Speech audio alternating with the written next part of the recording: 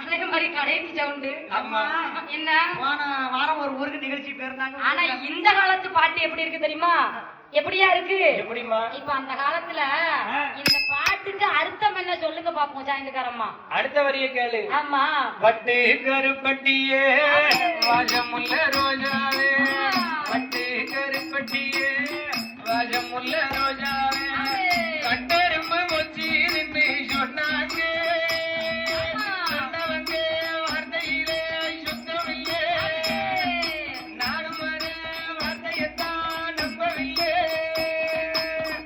உச்சி வளர்ந்தெடுத்து வெட்டி பூ வச்சகிரி பச்சை மலை பக்கத்துல மேயிருந்து சொன்னாங்க, மேயிருந்து சொன்னது நியாயம் என்ன கண்ணாட்டா.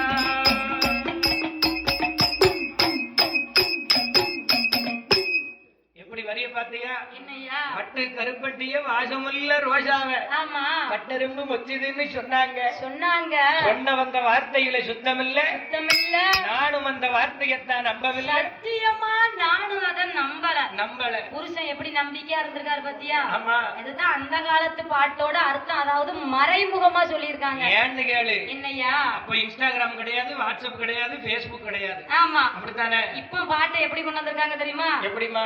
பணத்துக்காக என் மனசமா இருந்து அவங்க கூட போனியே, தங்கமா நம்ம நெசமா இருந்து அவங்க கூட போனியே சொல்லியா?